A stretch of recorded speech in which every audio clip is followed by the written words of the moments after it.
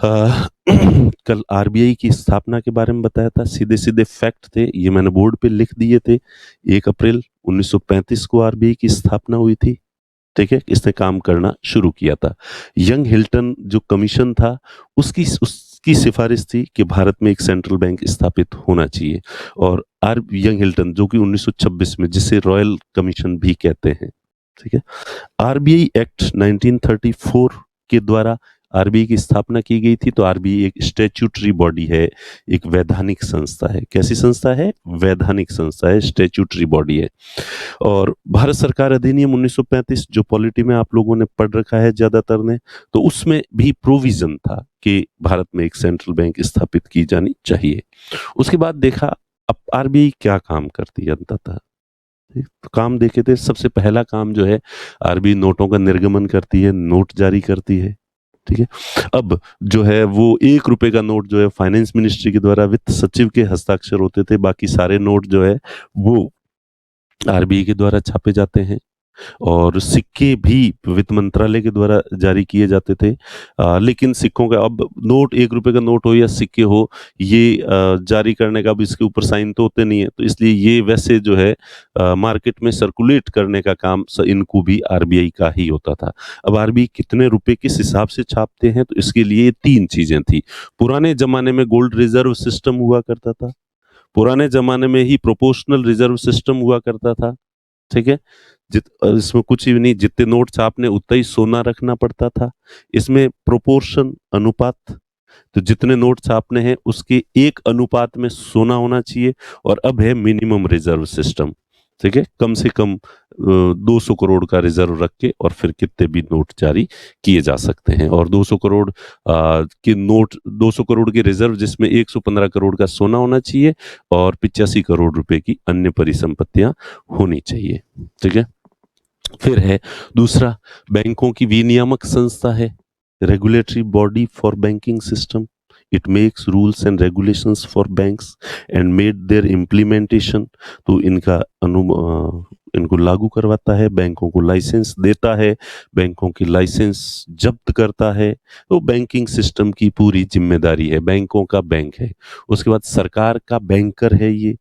Government के लिए भारत सरकार को भी पैसों की जरूरत पड़ती है, उधार लेने पड़ते हैं, जिस हर व्यक्ति को जरूरत पड़ती है पैसों। तो भारत सरकार को अगर उधार लेने हैं घरेलू बाजार से, यानी भारत के अंदर से ही, देश के अंदर से, भारत के लोगों से या भारत की कंपनियों से अगर उधार लेना है सरकार के लिए, तो वो उधार लेने का काम आरबीआई करता है।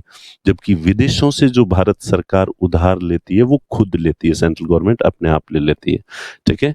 उसके बाद क्लियरिंग हाउस की सुविधा जो है, तो क्लियरिंग हाउस, अब जो क्लियरिंग की जाती है वो पहले अलग अलग क्लियरिंग हाउस होते थे, जबकि अब जो है वो चेक ट्रंकेशन सिस्टम जो है, सीटीएस जो है, उसके द्वारा चेक क्लियर जो है वो होते हैं, ठीक है?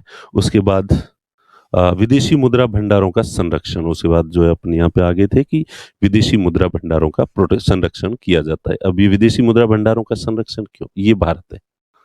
अब अपन आगे इसी को पढ़ना शुरू करते हैं। ये क्या है? इंडिया। यहाँ पे मैं भारत का नक्शा ऐसे ही बनाऊंगा, आप नाराज मत हो जाना कि भाई देखो सर हमारे देश का नक्शा आप ऐसे कैसे बिगाड़ सकते हो। प्लीज इमोशनल नहीं होना, क्योंकि यहाँ पे जो समझने की बात है ना, वहाँ जियोग्राफिकल बाउंड्रीज इतनी मायने नहीं रखती है। तो ये भारत है। यहाँ पे आपको कोई भी चीज खरीदनी होती है तो ये रुपया काम में आता है, इससे ही कोई चीज खरीदते हैं या कोई चीज बेचते हैं। और रुपए जारी किए हैं आरबीआई ने। अब आपको विदेश घूमने के लिए जाना है, ठीक है? किसी दूसरे देश में जाना है घूमने के लिए, आपको पता ही नहीं है तो बता दूं कि अगर वहां ये रुपए लेके जाओगे तो वहां रुपए कोई नहीं लेगा, एक्सेप्ट नहीं किए जाते, क्योंकि हमारी करेंसी जो है वो हार्ड करेंसी नहीं है। अब आपके रुपए एक्सेप्ट नहीं होते हैं तो आप क्या करोगे? आरबीआई के पास जाओगे और आरबीआई की तरफ फेंकोगे। क्या करें इस रुपए का? अब ये बाहर तो चलते नहीं है कहीं, भारत में ही चलते हैं, बाहर क्या करें हम? तो आरबीआई की जिम्मेदारी बनती है कि आपको जितने रुपए आपने आरबीआई की तरफ फेंके हैं उसके बदले में आरबीआई आपको डॉलर उपलब्ध करवाए, ठीक है? आपको डॉलर उपलब्ध करवाने की, जो भी भारत से बाहर घूमने के लिए जा रहा है उसको डॉलर की, यूरो की, येन की जरूरत होती है। और ये उपलब्ध कराने की जिम्मेदारी आरबीआई की है। किस किस को उपलब्ध कराने की जिम्मेदारी होती है? आदमी बाहर घूमने जा रहा है, मैं जाता हूँ हर बार, तो हर बार जो है वो पहले करेंसी जो एक्सचेंज करवा के और फिर जाते हैं, विदेश जाते हैं, तो ताकि वहां डॉलर या यूरो लेके जाते हैं, वो सब जगह चलते हैं। दूसरा, अगर कोई आयातक, सपोज कि मैं एप्पल के फोन इंपोर्ट करता हूं बाहर से, इंपोर्ट का काम है और एप्पल के फोन, तो बाहर से मुझे एप्पल के फोन अगर इंपोर्ट करके लाने हैं, ये चाइना है, चाइना में असेंबल होते हैं एप्पल के फोन, वहां से लाने हैं, तो लाने के लिए मुझे जो है वो डॉलर की जरूरत होगी। तो पहले मेरे पास यहाँ रुपए हैं, मेरे पास 10 करोड़ है, अब मैं जाऊंगा आरबीआई कहूंगा कि साहब मैं सामान खरीद के लाऊंगा और वहां पे रुपए चलते नहीं है, तो मैं आरबीआई को दूंगा 10 करोड़ रुपए और आरबीआई कहेगी कि लो ये इतने डॉलर ले लो, ये लेके जाओ। तो जो इंपोर्टर्स होते हैं उनको जरूरत पड़ती है डॉलर की। इसी तरह से अडानी जो है उसको जाना है ऑस्ट्रेलिया और वहां जाके निवेश करना है पैसा, तो वो क्या करेगा, वो उसका भी, उसके पास भी यहाँ भारत में रुपए हैं, तो रुपए तो वहां चलेंगे नहीं, तो इसलिए इसको भी जो है वो कहाँ जाना पड़ेगा, आरबीआई के पास जाना पड़ेगा कि लो साहब पैसे दो। हालांकि आरबीआई डायरेक्ट नहीं देती, मैं एग्जांपल आरबीआई का दे रहा हूँ, बैंकों से ले सकते हैं अपन, बैंक ही देते हैं, लेकिन अब मैं उदाहरण कि भाई ये अवेलेबल, बैंकों को भी अवेलेबल कौन करवाएगा, आरबीआई करवाएगी। तो भले ही पर्यटक बाहर घूमने जा रहे हैं, भले ही जो इंपोर्टर्स हैं, जो चीजों को इंपोर्ट करते हैं, उनको डॉलर की जरूरत होती है, और जो इन्वेस्टर्स हैं हमारे, वो बाहर जाते हैं, तो उन्हें भी डॉलर की जरूरत होती है। तो इन सबको डॉलर अवेलेबल करवाना पड़ता है, और इसलिए आरबीआई जो है अपने पास विदेशी मुद्रा भंडार रखती है, जो कि 610 अरब डॉलर विदेशी मुद्रा भंडार है हमारे पास। और इसका महत्व ये है कि आपको लगता है 1991, देखो एक दिन अपन ने पूरा श्रेय दे दिया था पीवी नरसिम्हा राव और मनमोहन सिंह जी को, कैसा उन्होंने देश के अंदर आर्थिक सुधार लागू, इकोनॉमिक रिफॉर्म्स जो है वो लागू किए, लेकिन रियलिटी कुछ और थी। रियलिटी ये थी कि हमारे देश के पास ये जो विदेशी मुद्रा भंडार है 1 अरब डॉलर था।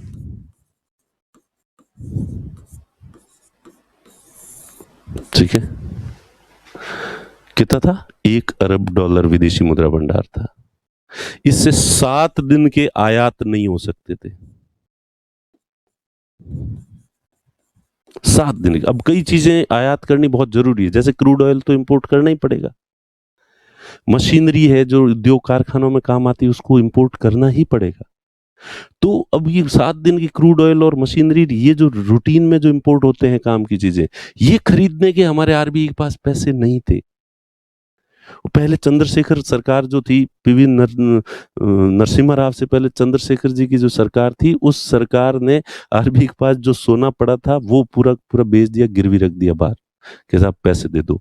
विदेशों से, जिस देश से हम जितना उधार ले सकते थे, हम बाहर से जो भी उधार लेते हैं डॉलर में लेते हैं, और जितना उधार ले सकते थे ले चुके थे। वर्ल्ड बैंक आईएमएफ से सबसे ले चुके थे, सबकी लिमिट खत्म हो गई थी और हमारे पास थे ही नहीं।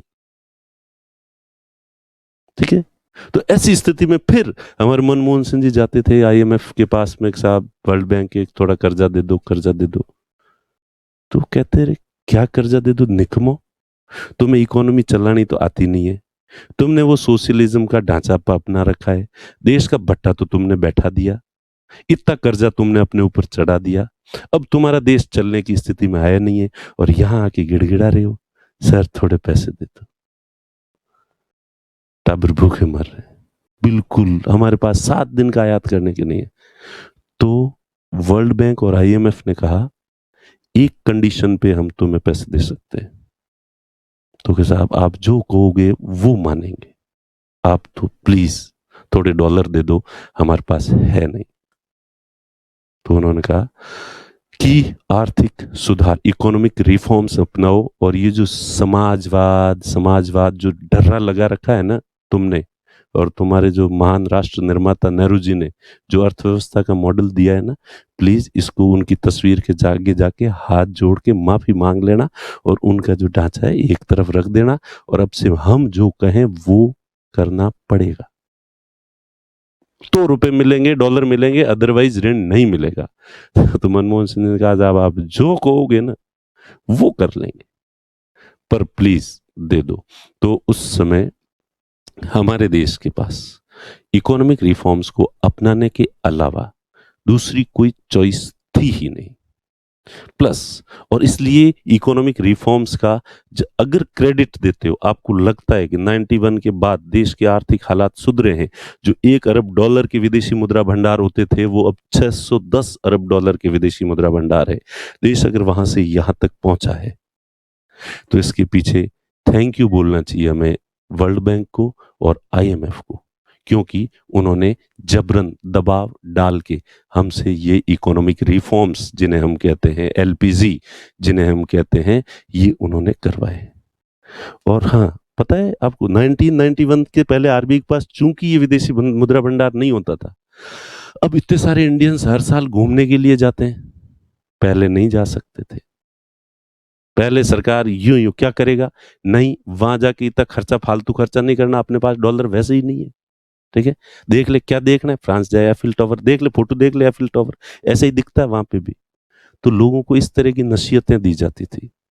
विदेशी जो कंपनियां यहाँ आती थी या निवेश कर दिया, उनको बेनिफिट हुआ है, उनको अपना बेनिफिट वापस ले जाना होता था, तो कहता ना ऐसा मत करो यार, क्योंकि वापस ले जाएंगे, उन्होंने यहाँ बेनिफिट रुपए में कमाया है, अब वो रुपया तो वहां ले जाके क्या करेंगे, ले जा नहीं सकते थे। तो इसलिए वो आरबीआई के पास जाते साहब डॉलर दो, आरबीआई है कहाँ डॉलर, तो एक काम करो यार, कुछ गिफ्ट ले जाओ, सामान यहाँ से खरीदो। तो विदेशी कंपनियों तक को भारत से बाहर अगर अपने पैसे मुनाफा ले जाना होता था तो यहाँ से सामान खरीद के और वहां जाके तुम अपने देश में जाके बेच देना, बेच के डॉलर मिल जाएंगे तुम्हें। ये हालात थे, ठीक है। और फिर रूस का हम क्यों गुणगान करते हैं, तो रूस एकमात्र ऐसा देश था जो भारत को कहता है कि चल कोई डॉलर नहीं है तेरे पास, नहीं है साहब, पर हमें ये चीजें तो चाहिए, इतने हथियार भी चाहिए, ये चाहिए, पर डॉलर नहीं है, चल जा मौज कर, कोई दिक्कत नहीं, रुपए दे दे। तो रूस जो है हमारे रुपए को एक्सेप्ट कर लेता था और रुपए में ही हमें सामान दे देता था। अब आप कहोगे सर तो फिर रूस रुपए का क्या करता था, ऑब्वियस सी बात है, अगर किसी देश ने रुपए एक्सेप्ट कर लिए हमसे तो वो क्या करेगा रुपए, क्योंकि वो रुपए, ये रूस है, उसने हमसे रुपए ले लिए और रुपए के बदले हमें सामान दे दिया, ठीक है। अभी जैसे ईरान है तो वो भी हमें क्रूड ऑयल थोड़ा थोड़ा जो है हम रुपए में पेमेंट कर देते हैं, ठीक है। तो रुपए में पेमेंट रूस ने ले लिए, अब रूस की मजबूरी हो गई, दुनिया के दूसरे देशों में रुपया चलेगा नहीं, तो इसलिए रूस ने जितने रुपए का सामान हमें बेचा है वो रुपए लेके वापस रूस इंडिया में आके, रूस की मजबूरी हो जाती थी, यहां से वापस सामान खरीद के ले जाना पड़ता था। तो जितना एक्सपोर्ट करेगा उसे वापस उतना इंपोर्ट भी करना पड़ेगा, ठीक है। तो ये महत्व होता है विदेशी मुद्रा भंडारों का, इसलिए विदेशी मुद्रा भंडार होने जरूरी है ताकि हम दुनिया के किसी देश से जो चीज खरीदना चाहें वो खरीद सकें, ठीक है। तो इसलिए ये आरबीआई का जिम्मेदारी है कि उसके पास पर्याप्त सफिशिएंट फॉरेक्स रिजर्व्स जो है वो होने चाहिए। और अभी भी आपने देखा होगा ब्रिक्स के जो सम्मेलन जब भी होते हैं तो ब्रिक्स के सम्मेलन में एक सबसे बड़ा जो मुद्दा होता है वो यही होता है, कर यार अपने अपनी निर्भरता इस डॉलर पर इतनी ज्यादा क्यों कर रखी है, और आगे से अपन आपस के जो भी लेन देन करेंगे उसमें अपन अपनी करेंसी यूज करेंगे। तो चाइना ये चाहता है, चाइना का जो युआन है, वो चाइना इतनी बड़ी अर्थव्यवस्था है लेकिन अभी भी वो हार्ड करेंसी के तौर पर उसको इतनी मान्यता नहीं है, तो इसलिए चाइना को डॉलर से बहुत ईर्ष्या होती है और कहता है क्यों डॉलर पे, अपन आप भारत वालों को कहा कि आप हमें रुपया दो, हम रुपये में आपको सामान देंगे और आप भी हमारे युआन के बदले दो, तो इंडिया वाले तो राजी होते हैं, यस। और दूसरे दिन अपन पहुंच जाते हैं चीन, लो ये भी दे दो, ये भी दे दो, ये भी दे दो, ये लो पकड़ो रुपए। चीन कहता है देखो भाई, सम्मेलन में भाषण देना अलग चीज है लेकिन हम तुम्हारा इतना रुपया लेके करेंगे क्या, क्योंकि हमें वापस चीजें तुमसे ही खरीदनी पड़ेगी, तो इतना इंपोर्ट करना पड़ेगा वापस, जबकि हम तो इंडिया से इतना इंपोर्ट करते ही नहीं है, ठीक है। तो ब्रिक्स देश कहते हैं कि कम से कम अपन जो टोटल ट्रेड होता है जैसे $100 का करते हैं तो कम से कम 5-10%, 20% तो अपनी करेंसी में करें। चलो खैर ये अलग चीजें हैं, आगे देखेंगे अपन, देखें अगर पढ़ेंगे तो विदेशी मुद्रा भंडार इसलिए जरूरी होता है, ये आरबीआई जो है वो उसको मेंटेन करती है विदेशी मुद्रा भंडारों को। विदेशी मुद्रा भंडारों में जो है ये 4 चीजें आती है, ठीक। और सबसे बड़ा तो यही है वैसे भी। और एसडीआर बता दिया था, स्पेशल ड्राइंग राइट्स। और रिजर्व ट्रेंच, ये भी आईएमएफ, दोनों आईएमएफ से संबंधित है। आईएमएफ के पास हमारे जो रिजर्व्स होते हैं उनको कहते हैं, ठीक है। अब जो है आ जाओ, तो ये विदेशी मुद्रा भंडार तक देख लिया। आरबीआई का एक और काम है, रुपए की विनिमय दर को, रुपए की विनिमय, मैं बोर्ड पे लिखूं तब आप लिख लिया करो बच्चों, लिखो। रुपए की विनिमय दर का प्रबंधन करना। रुपए की विनिमय दर का क्या करना? प्रबंधन करना। Management, to manage the exchange rate of rupee, to manage exchange rate of rupee, रुपए की विनिमय दर का प्रबंधन करना, मैनेज करना। नियंत्रण मत लिख देना। अगर सेंटेंस है कि रुपए की विनिमय दर को नियंत्रित करना, तो वो नहीं, ठीक है। रुपए की विनिमय दर का प्रबंधन, मैनेजमेंट, जो है मैनेज करने की कोशिश करना, ठीक है। तो पिछले वाले तक कितने काम हो गए थे? 5। तो ये छठा काम है, 6 नंबर, रुपए की विनिमय दर। अब जो है पहले समझा देता हूं मैं आपको, लिखना नहीं है। रुपए की विनिमय दर जो है वो क्या होती है? देखिए, सबसे पहली बात तो टेक्निकल ऐसा कुछ होता ही नहीं। जिस तरह से टमाटर की रेट तय होती है, जिस तरह से आलू की रेट तय होती है, वैसे की वैसे डॉलर की रेट तय होती है। बाजार में टमाटर की सप्लाई ज़्यादा है तो टमाटर की रेट कम हो जाएगी। बाजार में टमाटर की कमी है तो उसकी रेट बढ़ जाएगी। ये तो मैंने कहा आपको कि मेरे गांव के जो किसान हैं उनको भी ये बात पता होती है। तो वैसे कि वैसे मार्केट में एनी टाइम रुपया और डॉलर ये भी खरीदे और बेचे जाते हैं, ठीक है। कई लोग होते हैं जो मार्केट में डॉलर बेचते हैं और रुपया लेते हैं, और कई लोग ऐसे होते हैं जो रुपया देके डॉलर खरीदते हैं। तो जैसे पिछले में एग्जांपल दिया मैंने कि मुझे बाहर घूमने के लिए जाना है, मेरे पास यहाँ पे रुपए है, मेरे खाते में 10 लाख रुपए पड़े हैं, ठीक है, और मुझे घूमने के लिए जाना है बाहर, तो वहां रुपया चलेगा नहीं, इसलिए मैं मार्केट से डॉलर खरीदूंगा। तो मैं खरीदने वाला हो गया। मैं खरीदूंगा। जो आयात करता है, ठीक है, जो पर्यटक है वो खरीदता है, जो इंपोर्टर है, आयातक है, वो खरीदता है, निवेश करने के लिए जाता है अडानी, वो खरीदते हैं। तो ये है डॉलर की डिमांड करने वाले। ये कौन है? डॉलर की डिमांड करने वाले। और रोजाना ऐसे खूब जाते रहते हैं, रोजाना जरूरत पड़ती है। फिर तो अब डॉलर की सप्लाई कौन करता है? अब बाहर से कोई अमेरिका का व्यक्ति भारत आएगा, यूएसए से घूमने के लिए, तो वो डॉलर लेके आएगा। डॉलर लाके और यहाँ पे देगा बैंक को, और डॉलर के बदले रुपए खरीदेगा। तो ये डॉलर की सप्लाई कर रहा है और रुपया खरीद रहा है। इसी तरह से जो आयातक हो गया, निर्यातक, एक्सपोर्टर। मैं सपोज कि ये मार्कर बनाता हूं और मार्कर बना के अमेरिका में एक्सपोर्ट करता हूं। तो मैंने भारत में मार्कर बनाए, बना के मैं इन मार्कर को लेके गया यूएसए, वहां बेचे। बेचे तो मुझे पेमेंट, भुगतान किस में मिलेगा? डॉलर में मिलेगा। उस डॉलर को मैं वापस लेके आऊंगा, घर आऊंगा। घर तो यहाँ आऊंगा, यहाँ आऊंगा तो यहाँ डॉलर क्या करूंगा? मार्केट में तो डॉलर आएगा नहीं। मेरा ऐसा है नहीं, कारखाने में जो काम करने वाले मजदूर है उनको मजदूरी डॉलर में दूंगा। मार्कर बनाने के लिए जो कच्चा माल लेना है वो डॉलर में खरीदूंगा। यहाँ तो भारत के अंदर इस तरह से ट्रांजेक्शन आप डॉलर में नहीं कर सकते, लीगल नहीं है, ठीक है। इसलिए रुपए का ही प्रयोग करना पड़ेगा। तो मैं क्या करूंगा? वो जितने भी डॉलर लेके आया हूं उससे दे के और मैं रुपया खरीदूंगा। तो डॉलर की सप्लाई निर्यातक। विदेशी निवेशक,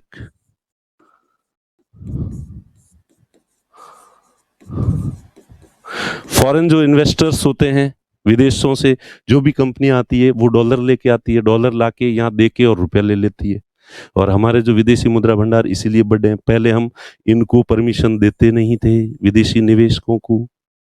पर्यटक यहाँ भूखमरी देखने के लिए कोई आता नहीं था, ठीक है।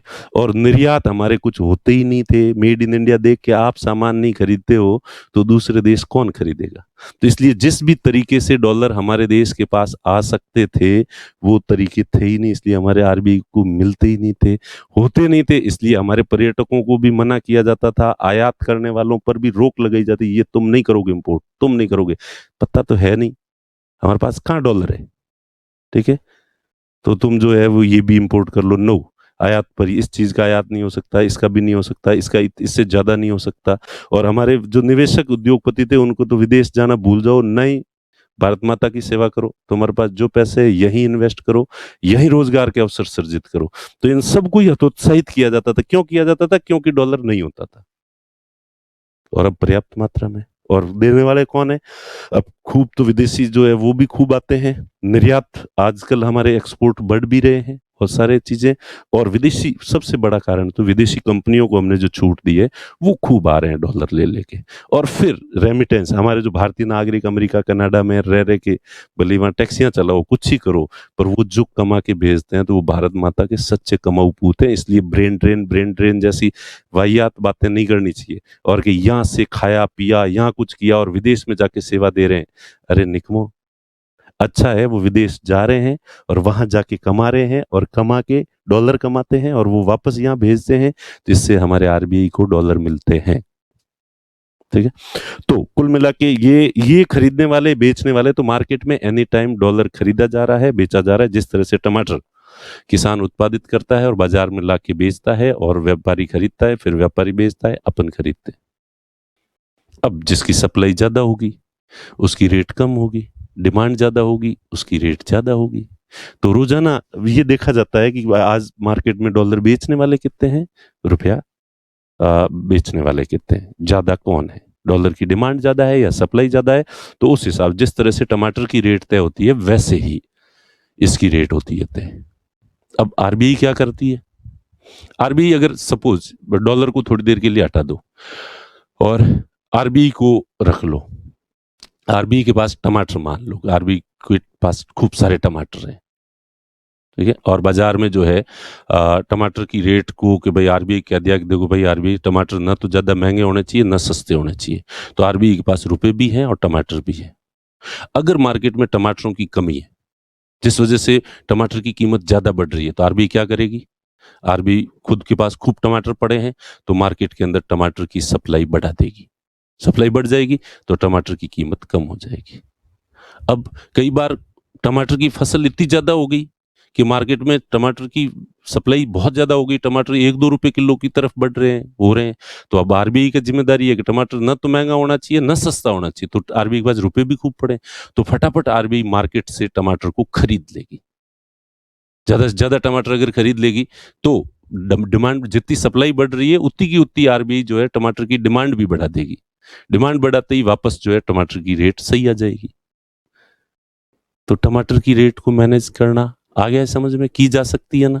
अगर किसी के पास खूब टमाटर है और खूब रुपए हैं तो वैसे के वैसे बस सेम वही चीज है कि डॉलर की जो डिमांड और सप्लाई है, आरबीआई के पास खूब डॉलर है और खूब रुपए हैं, और मार्केट में जिसकी भी डिमांड ज्यादा होती है उस डिमांड को कम कर दे, सप्लाई बढ़ा देती है आरबीआई। डॉलर की डिमांड बहुत ज्यादा हो रही है सप्लाई की तुलना में, तो आरबीआई डॉलर की सप्लाई, खुद के पास 610 अरब डॉलर पड़े हैं ना, तो बाजार में जाके खुद ही बेचने लग जाती है, या अपनी जो बैंक होती है उनको कहते हैं कि आप लोग बेचो, मार्केट में डॉलर बेचो ज्यादा, तो इससे डॉलर को कम किया जाता है।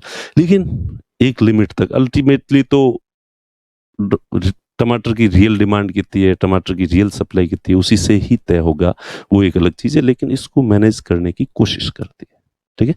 और ये जो है रेट, पहले ये रेट फिक्स रेट थी, 1991 से पहले सरकार ने फिक्स कर रखे थे।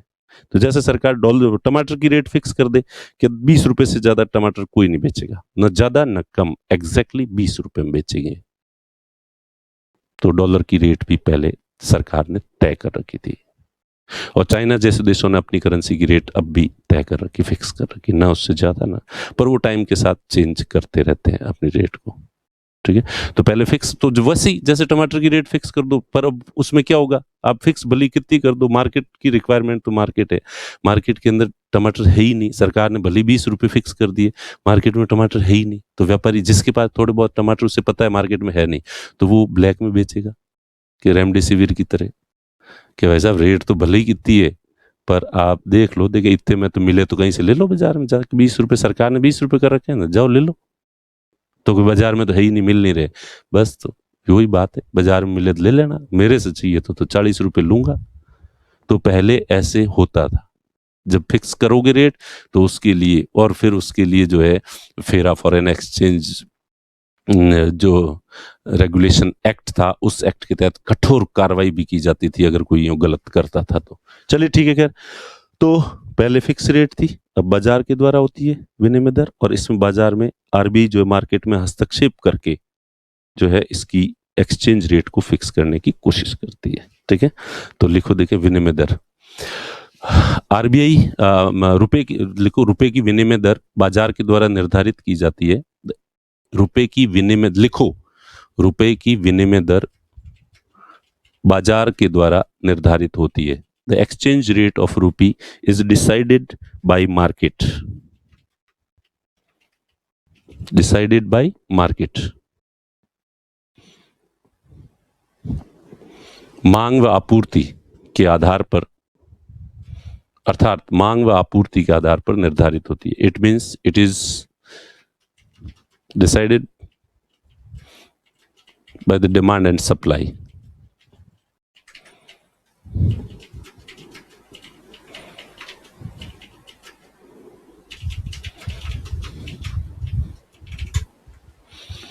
यदि रुपया मजबूत होता है, if there is appreciation of रूपी,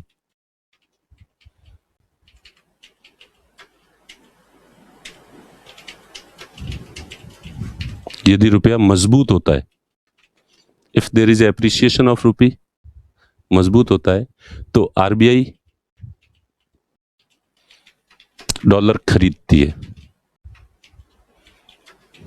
then RBI purchases the dollar.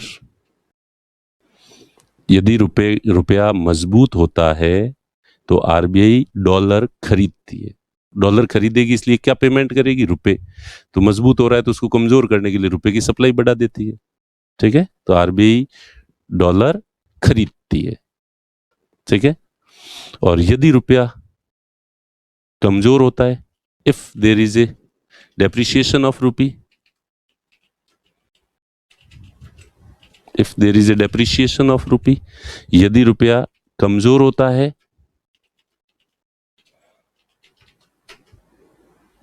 तो आरबीआई डॉलर की आपूर्ति करती है। Then RBI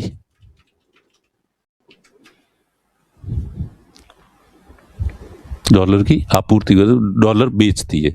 then RBI sells the dollar.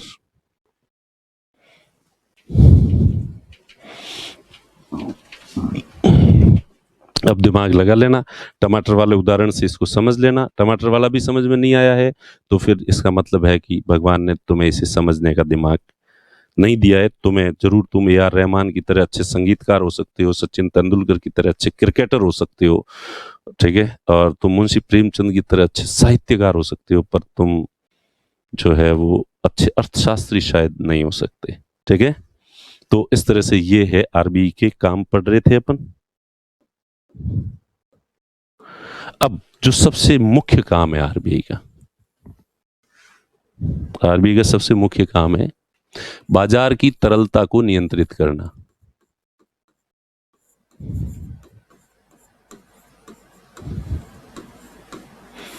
बाजार की तरलता को नियंत्रित करना।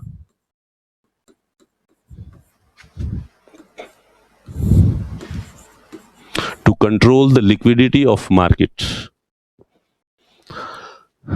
बाजार की तरलता को नियंत्रित करना। To control the liquidity of market. To control the liquidity of market. बाजार की तरलता को नियंत्रित करना। बाजार की तरलता को नियंत्रित करना। To control the liquidity of market. ठीक है, अब वो जो मैंने पहली क्लास ली थी पहले दूसरे दिन जो ली थी। और वो सबसे महत्वपूर्ण क्लास वही है, एक बार मैं वापस वो थोड़ा ब्रीफ समझा देता हूँ। देखिए अर्थव्यवस्था जो है ना, ये पूरी ये दो शक्तियों से ही, इसको बहुत ज्यादा जरूरी समझना जरूरी है। हर जगह ये आएगा, क्यों, विनिमय दर में भी ये मांग और आपूर्ति था, ठीक है, तो वैसे कि वैसे डिमांड एंड सप्लाई, तो काफी दिन हो गए हैं, बीच में गैप आ गया था, इसलिए मैं इसको थोड़ा ज्यादा समझा रहा हूँ, ठीक है। तो ये दो शक्तियां होती है, दोनों आपस में संतुलित रहनी चाहिए, बैलेंस्ड रहनी चाहिए। इनका संतुलन बिगड़ते ही गड़बड़ हो जाती है। इनका संतुलन बिगड़ा, if the demand is greater than supply, ये इस निशान का मतलब ये ज्यादा है। तो मेरे गांव के लोगों को भी पता है, अनपढ़ लोगों को भी पता है कि जब मार्केट में किसी चीज की सप्लाई कम होती है, चीज कम हो जाती है, तो जैसे नमक की अफवाह उड़ती है कि नमक की कमी है, तो नमक जैसी चीज के रेट जो है 100 रुपए तक पहुंच जाते हैं अफवाह मात्र से। तो इसका मतलब आम आदमी को वैसे पता है ये, ठीक है। तो इसे इन्फ्लेशन कहते हैं, महंगाई कहते हैं, ठीक है। और इसका जो उल्टा होता है कि अगर मार्केट में मांग कम है और आपूर्ति ज्यादा है, सप्लाई जो है वो ज्यादा है, आप देखोगे कि कमरों के किराए जो है ना, जयपुर में सबसे ज्यादा कमरों के किराए जो है ना गोपालपुरा बाईपास के आसपास वालों में है। क्यों है? क्योंकि यहाँ डिमांड ज्यादा है, जबकि इतने कमरे अवेलेबल नहीं है। दूसरे हिस्सों में कमरे हैं लेकिन डिमांड नहीं है, इसलिए वहां किराए कम है। ये सिंपल सी आपके जीवन में हर रोज इन चीजों का काम पड़ता है। तो अगर डिमांड नहीं है, अब जगतपुरा में किसी ने बना लिए हैं, रूम ही रूम बना लिए हैं, वहां रहने वाले फिर भी स्टूडेंट आजकल तो जगतपुरा तक भी पहुंच गए हैं, बाकी बीच में खाली पड़े रहते थे, तो वहां डिमांड है नहीं, तो वहां, तो ऐसी स्थिति में अगर मार्केट में,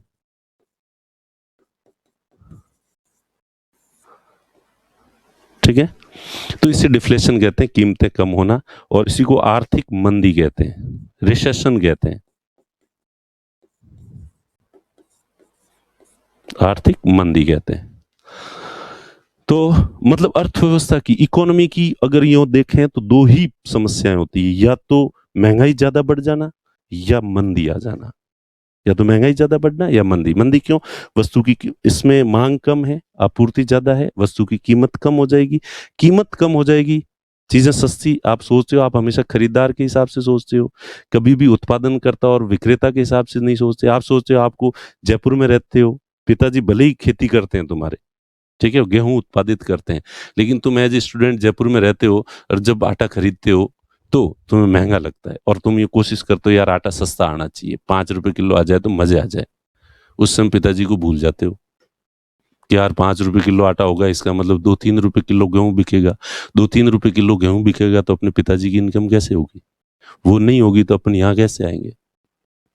ठीक है। फल सब्जियां जो महंगी होती है, सब्जियां, तुम में से ज्यादातर गांवों से बिलोंग करते हैं, और वो लोग भी शिकायत करने लग जाते हैं। घी दूध महंगा होता है, तुम लोग शिकायत करने लग जाते हो, अरे ये ज्यादा महंगी होनी चाहिए, इससे तुम्हारे इनकम हो रही है। फीस ज्यादा हो जाए, तुम शिकायत करो, हमें तो फायदा है ना।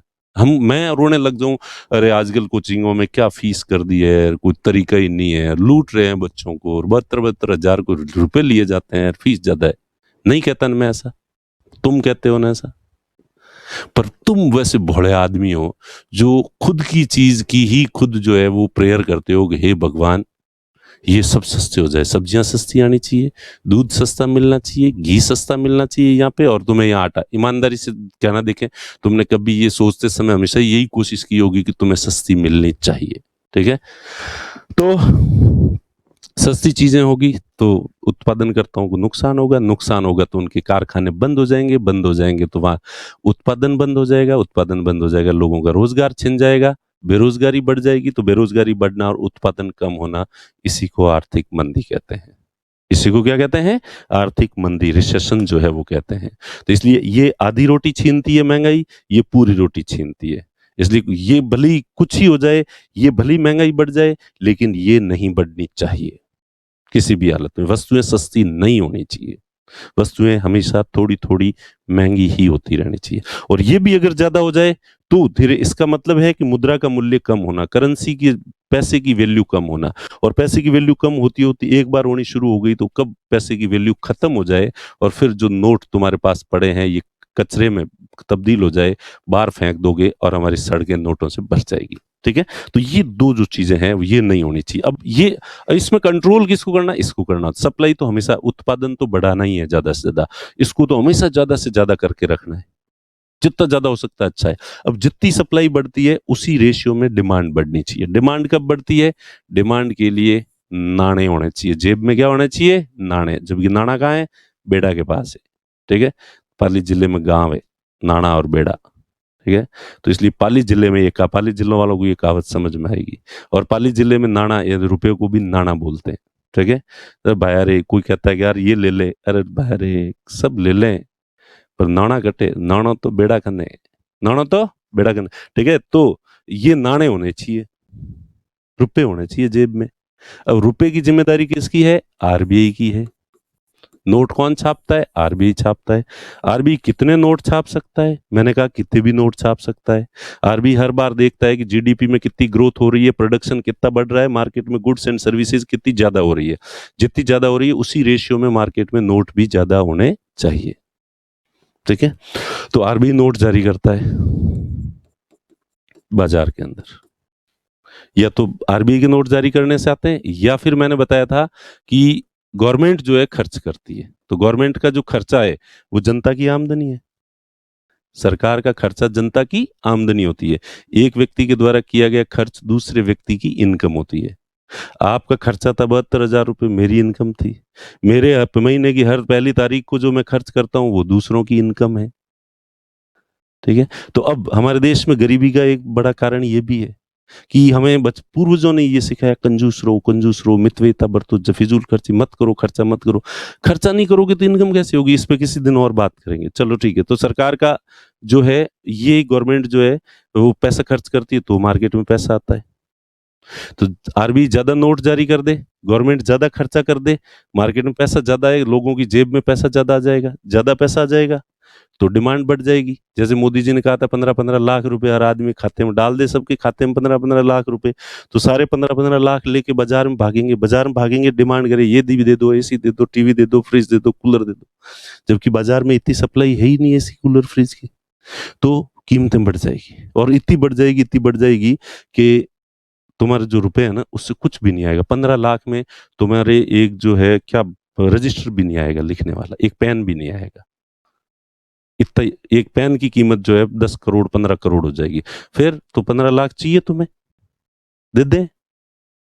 अगर दे दिए तो तुम्हारे जेब में अभी जो 15,000 है ना वो भी गए, उसकी भी वैल्यू खत्म हो जाएगी। ठीक है, तो ये नोट जो है ये जारी करते हैं, इससे डिमांड बढ़ती है। और अगर तो महंगाई आ जाती है। महंगाई को कंट्रोल करने के लिए क्या किया जाता है, महंगाई को कंट्रोल करने के लिए दो काम किए जाते हैं। आरबीआई बाजार में से नोट वापस सोखती है, एब्जॉर्ब कर लेती है, कम कर देती है, और सरकार अपने खर्चे कम कर देती है। तो जब भी महंगाई आती है, महंगाई को कंट्रोल कैसे किया जाता है, दो उपाय होते हैं। आरबीआई नोट वापस खींच लेती है मार्केट से, और सरकार अपने खर्चे, नरेगा पे 50,000 करोड़ रुपए खर्च किए जा रहे हैं सरकार के द्वारा हर साल, 60,000 करोड़ है अब तो। ठीक है, अब ये आएंगे तो ये लोगों की जेब में आएंगे, जेब में आएंगे तो लोग मार्केट में जाएंगे, मार्केट में जाके डिमांड बढ़ाएंगे। और सरकार अगर ये एक साल नरेगा खर्च नहीं करे तो गांव में लोगों के पास जिनके पैसे आ रहे थे नहीं आएंगे तो चीजें नहीं खरीदेंगे, चीजें नहीं खरीदेंगे तो डिमांड कम हो जाएगी। तो महंगाई को कंट्रोल करने के लिए दो चीजें, अगर महंगाई है तो इसको कंट्रोल करने के लिए दो काम किए जाते हैं। क्या किए जाते हैं, पहला काम कि आरबीआई नोट कम करेगी, और दूसरा सरकार अपने खर्चे बंद कर देगी या कम कर देगी। फिर अगर कम कर दिए, नोट कम हो गए, तो नोट कम होते ही डिमांड कम हो जाएगी और ऐसी स्थिति आ सकती है। ज्यादा नोट कम हो गए तो ये स्थिति आ जाएगी, डिमांड बिल्कुल कम हो जाएगी। डिमांड कम होगी तो मंदी आ जाएगी, और अगर मंदी आ गई तो उसकी विकरालता तो आपको इमेजिन कर लो। सारे कारखाने बंद हो रहे हैं, सारे लोग बेरोजगार हो रहे हैं, और लॉकडाउन में जैसे घरों में बैठे हैं, सब ऐसे निकमों की तरह बैठे हैं देश के अंदर। तो अब क्या करेंगे वापस, तो मंदी से उबरने के लिए वापस उल्टा आरबीआई ज्यादा नोट जारी करेगी तो डिमांड बढ़ेगी, सरकार अपने खर्चे बढ़ा देगी। और इसलिए मैंने कहा था कि इसमें जो है ये नोट जो इन्फ्लेशन में ये ज्यादा महत्वपूर्ण है, लेकिन मंदी जब आती है तो सरकार को अपने खर्चे बढ़ाने पड़ते हैं, लोगों के पास होता है। अब आरबीआई नोट भली मार्केट में ज्यादा जारी करेगी, लेकिन लोगों के पास नोट जाएंगे कैसे, लेंगे कैसे? नोटों पर लोगों के पास लेने के लिए कुछ है ही नहीं, किसी के पास रोजगार ही नहीं, इसलिए सरकार इतने खर्चे करेगी, बड़े बड़े प्रोजेक्ट चलाएगी और लोगों को वहां पे रोजगार देके लोगों की जेब में पैसा भरेगी, ताकि लोग मार्केट में जाके चीजें खरीद सके। ठीक है, तो मंदी के समय क्या किया जाता है, सरकार खर्चे बढ़ा देती है और आरबीआई नोट बढ़ा देती है मार्केट के अंदर। ये चीज अपन ने एक इंट्रोडक्टरी क्लास में मैंने ये बताया था, और इसलिए ये आगे हर जगह आपके दिमाग में बस घूमता रहना चाहिए। आज जब भी ये क्लास खत्म हो, उसके बाद ये चीजें तुम्हारे दिमाग में, ये जो डायग्राम है ये बस चलता रहना चाहिए। चीजें महंगी है मतलब डिमांड ज्यादा है, महंगाई है, इन्फ्लेशन है मतलब डिमांड ज्यादा है, मंदी है मतलब डिमांड कम है। तो ये बहुत अच्छे से, क्योंकि आगे सब जगह काम आएगा। तो अब ये बाजार अब इनको मैं मिटा देता हूं या नए पेज पे लिख देते हैं। बाजार की तरलता को नियंत्रित करना।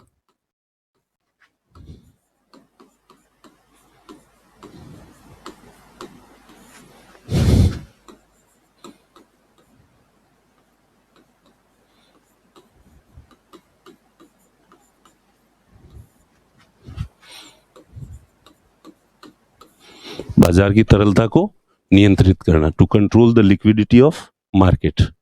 ठीक है, तो अब बाजार, सबसे पहले बाजार की तरलता। अब लिक्विडिटी ऑफ मार्केट क्या होता है? तुम बहुत बड़े स्टूडेंट हो, एक सामान्य 5वीं 8वीं पढ़ा हुआ व्यापारी भी, मार्केट में जो व्यापारी बैठे होते हैं ना, मैं उनके पास बैठता हूँ कई बार, तो यूँ बात हो रही होती है कि यार आजकल आजकल तो प्रॉपर्टी की कीमतें बूम है वैसे, लेकिन बीच में प्रॉपर्टी की कीमतों में बूम नहीं था, ज्यादा कीमतें बढ़ नहीं रही थी। तो यूँ कोई बात आती कि यार प्रॉपर्टी बहुत मंदी चल रही है, रियल एस्टेट जो है वो धीमा चल रहा है, तो नेचुरल उनके मुंह से निकलता था, बाजार में यार लिक्विडिटी नहीं है। मुझे आश्चर्य होता कि लिक्विडिटी क्या होती है। आरएस की तैयारी करने वाले उन क्या नाम दूं तुम्हें, उनको समझाते समझाते आधा घंटा लग जाता है, और यह आदमी कोई पढ़ा लिखा नहीं है, लेकिन इसको पता है कि लिक्विडिटी क्या होती है बाजार की। और तुम में से अभी देखना, पूछेंगे कई लोग, कमेंट करेंगे, सर ये लिक्विडिटी वाला समझ में नहीं आया, एक बार और समझा दो प्लीज सर। ठीक है, तो बाजार की लिक्विडिटी का मतलब है रुपए, तरलता का मतलब है रुपए। तरलता का मतलब क्या होता है? रुपए रुपए रुपए। जहां कहीं पे भी तरलता टर्म आए, तुम उसको समझ लो रुपए की बात हो रही है। इतना सिंपल है। बाजार में आजकल लोगों के पास रुपए नहीं है, तो इसको कहते हैं बाजार में तरलता कम है। ठीक है, तरलता का मतलब रुपए ही होता है और कुछ नहीं होता। और इकोनॉमी में हमेशा ये ध्यान रखो कि जितना मैं बोलता हूं उतना ही समझना होता है, एक्स्ट्रा दिमाग मत लगाना। एक्स्ट्रा लगाओगे तो तुम्हें कुछ भी समझ में नहीं आएगा। और जिनको भी समझ में नहीं आता, दो कारणों से, या तो वो अपनी तरफ से एक्स्ट्रा सोच लेते हैं, जो सोचने जितना दिमाग है नहीं तुम्हारा, ठीक है, और दूसरी बात, या फिर वो फिर कुछ और चीजें सोचने लग जाते हैं, आधी बात सुनते हैं, आधी बात कहीं और चला जाता है, ध्यान कंसंट्रेशन नहीं होता। जिनका है उनको बहुत शानदार तरीके से समझ में आएगी। जिंदगी में इकोनॉमिक्स जो है, जिन लोगों को बर्डन लग रही थी, उनको ये वादा है कि आपको इकोनॉमिक्स आपका जिंदगी का सबसे फेवरेट सब्जेक्ट बन जाएगा। अरे यार, मैं तो जन्म ही इकोनॉमिक्स पढ़ने के लिए हूँ। ठीक है, इतने दिन फालतू में ये पॉलिटी और हिस्ट्री और साइंस और उनमें माथा खपा रहा था। मुझे वास्तव में होना अर्थशास्त्री चाहिए। आप में से 50% लोगों की तो मैं जिम्मेदारी लेता हूँ। ठीक है, तो जो है, तो तरलता का तो इसलिए जितना कहूँ उतना ही समझो। तरलता का मतलब क्या होता है? रुपए। बाजार में रुपए ज्यादा है, किसने जारी किए? आरबीआई ने। तो इसका मतलब है बाजार में तरलता ज्यादा है, इसको कहते हैं तरलता ज्यादा है। बाजार में रुपए कम है, इसका मतलब तरलता कम है। सिंपल सी बात। तो आरबीआई बाजार की तरलता को नियंत्रित करती है। आरबीआई बाजार की तरलता को क्या करती है? नियंत्रित करती है। तो ये है आरबीआई और ये है बाजार, मार्केट। ठीक है, तो और ये है तरलता बाजार के अंदर। आरबीआई के पास दोनों तरीके हैं, वो जब चाहे रुपयों को यूं उड़ा देती है, और आरबीआई जब भी रुपयों को यूं करती, देखा होगा फिल्मों में और गानों में, यार यूं ऐसे उड़ा, दुबई के शेख ऐसे उड़ाते हैं पैसे। गुजरात में जब भी जो भजन गाते हैं तो लोग यूं यूं यूं पैसे उड़ाते हैं, तो आरबीआई भी ऐसे पैसे उड़ाती है, टिक टिक टिक टिक टिक टिक। आरबीआई अगर ऐसे पैसे उड़ा दे थोड़ी देर के लिए, यही मान लो आरबीआई ऐसे ही उड़ाती है, आरबीआई अगर इस तरह से रुपए उड़ा दे तो बाजार में रुपए रुपए आ जाएंगे, रुपए आ जाएंगे तो डिमांड बढ़ जाएगी, डिमांड बढ़ जाएगी, महंगाई आ जाएगी, महंगाई, और इसलिए हर महीने महंगाई को मापा जाता है, और महंगाई देख के आंकड़ा आरबीआई सतर्क हो जाती है, थोड़ा महंगाई का आंकड़ा बढ़ता है आरबीआई सतर्क हो जाती है, अच्छा इसका मतलब अपन ने कुछ नशे नशे में थोड़े ज्यादा ही उड़ा दिए वापस, तो वापस के भाई अब कैसे कंट्रोल किए जाए, तो वापस सुबह जाके अरे भाई किराए वाले पैसे नहीं है, दे दे थोड़ा भाड़ा देते घर जाने के लिए, ठीक है, तो सुबह जाके वापस इधर उधर से, तो आरबीआई के पास दोनों तरीके हैं, पैसे डाल भी सकता है, पैसे निकाल भी सकती है, और लिक्विडिटी को कंट्रोल कर सकती है, ठीक है। कैसे करेगी ये अब देखेंगे कि क्या वाकई ऐसे उड़ाती है या उसके कोई तरीके होते हैं। तो बाजार की तरलता को नियंत्रित करने के दो तरह के जो उपाय होते हैं, ठीक है, कौन कौन से, क्वांटिटेटिव उपाय और क्वालिटेटिव मेजर्स। तो लिखो, तरलता को नियंत्रित करने के दो तरह के उपाय होते हैं, एक वो नहीं है क्या, दो तो इसमें नहीं है, हैं? बाजार की तरलता लिखो, अब लिखो वो जो लिक्विड दोनों के बनाया था ना एक पीपीटी, अच्छा चलो कोई नहीं। बाजार की तरलता को नियंत्रित करने के लिए, बाजार की तरलता को नियंत्रित करने के लिए आरबीआई दो प्रकार के उपकरण प्रयोग में लेती है। To control the liquidity of market, to control the liquidity of market,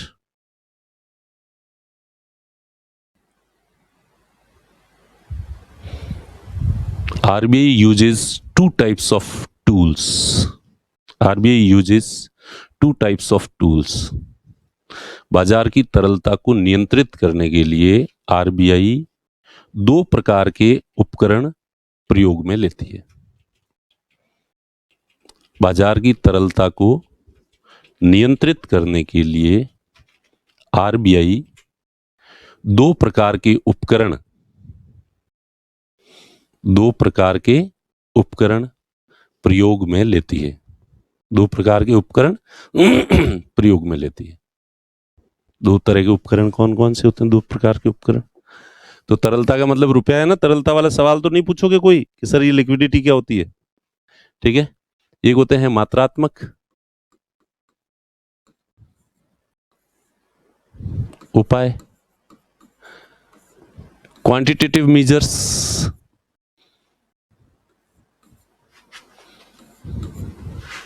और दूसरा है गुणात्मक उपाय। एक पूरे पेज के अंदर लिखना है बाजार की तरलता को नियंत्रित करने के दो तरह के उपाय जो है वो किया जाते हैं।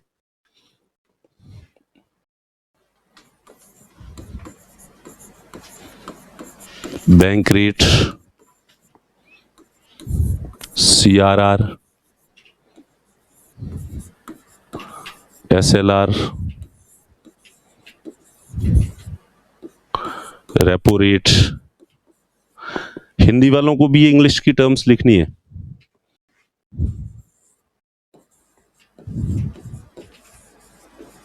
Reverse repo rate,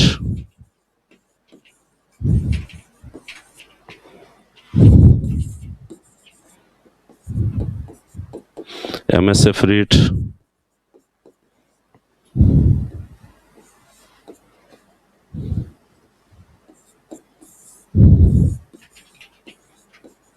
open market operation,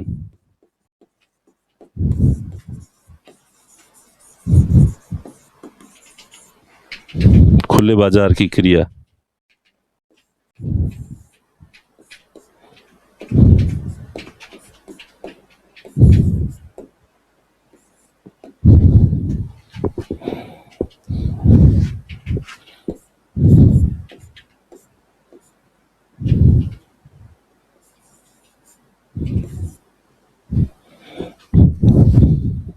दो प्रकार के जो है वो प्रयोग में लेती है। लिख लो, देखें, bank rate, CRR, SLR, repo rate, reverse repo rate, MSF rate,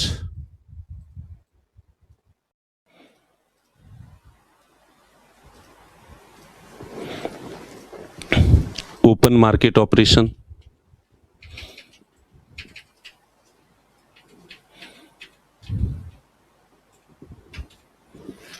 open market operation,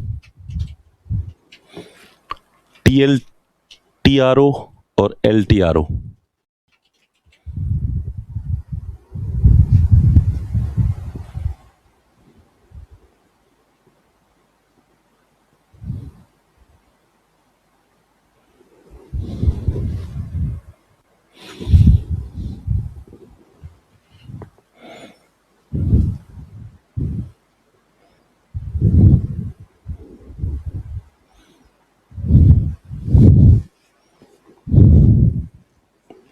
लिख दिए? फिर भी लिख लो।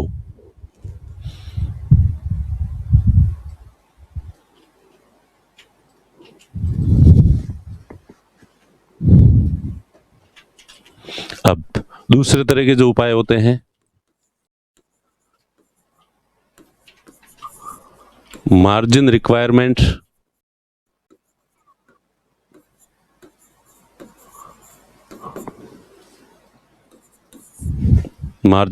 अरे हिंदी, इसकी हिंदी भी मैं आगे इनको डिटेल में समझाऊंगा, उस समय आपको हिंदी भी लिखवा दूंगा, ठीक है? पर एक बार जो है वो आप इंग्लिश में ही लिख दो।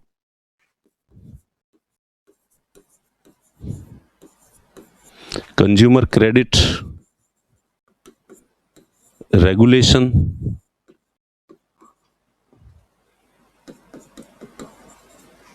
Consumer credit regulation,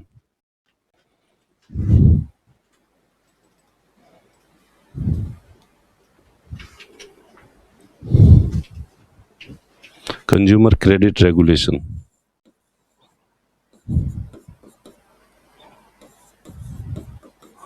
rationing of credit,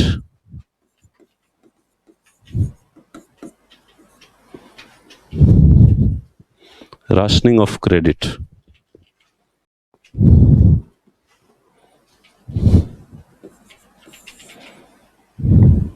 ठीक है? मॉरल सोजन,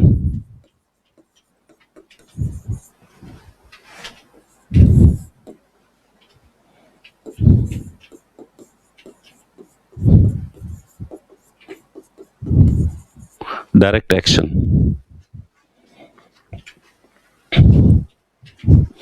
margin requirement, consumer credit regulation, rationing of credit, moral सोजन, डायरेक्ट एक्शन।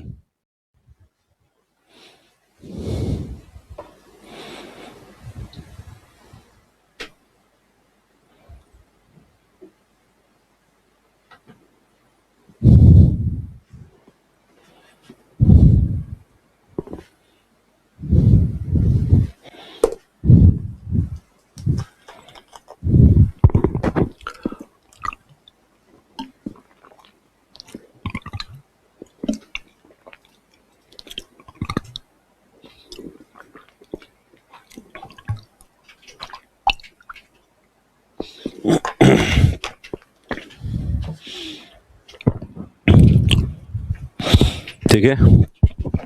तो ये एक बार जो है वो लिख लिए होंगे आपने, नहीं भी लिखे हैं तो इसको पॉज करके और बाद में लिख लेना। अगर कुछ छूट गया है तो इसको बाद में इस जगह आके पॉज करके और फिर आराम से लिख लेना, ठीक है? अब अपन एक एक चीज की बात करते हैं। यहां पे मैं वापस लिख देता हूं एक बार, बैंक रेट, सीआरआर, क्योंकि ये तो आपको बहुत छप जाना चाहिए दिमाग के अंदर। ये नाम है ना एक साथ, इसी ये डायग्राम जो पिछले लिखा है ये पूरा माइंड में पिक्चर फिक्स हो जानी चाहिए। SLR, repo rate,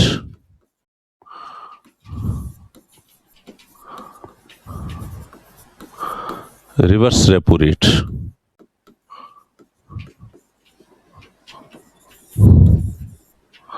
MSF rate,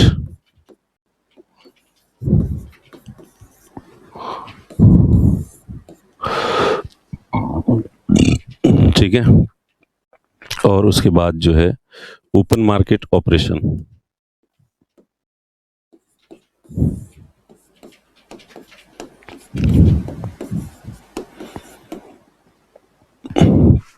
या LTRO ही लिखो इसमें वैसे तो, ठीक है, इस उपकरण को LTRO ही कहते हैं,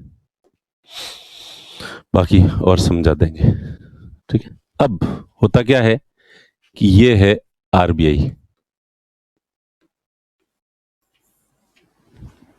और ये है बैंक,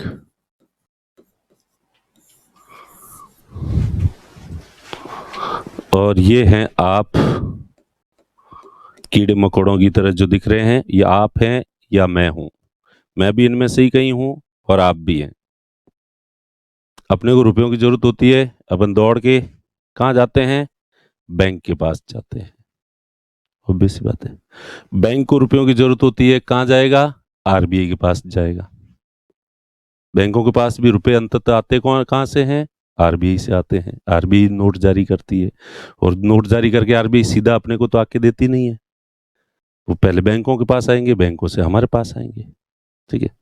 अब बैंक अगर RBI से लॉन्ग टर्म के लिए, लंबे समय के लिए दीर्घकालिक ऋण ले, कैसा ऋण ले, लॉन्ग टर्म के लिए ऋण ले, उधार ले, तो उस पर RBI जो ब्याज लेगी उसे बैंक रेट कहते हैं। उसे क्या कहते हैं, bank rate.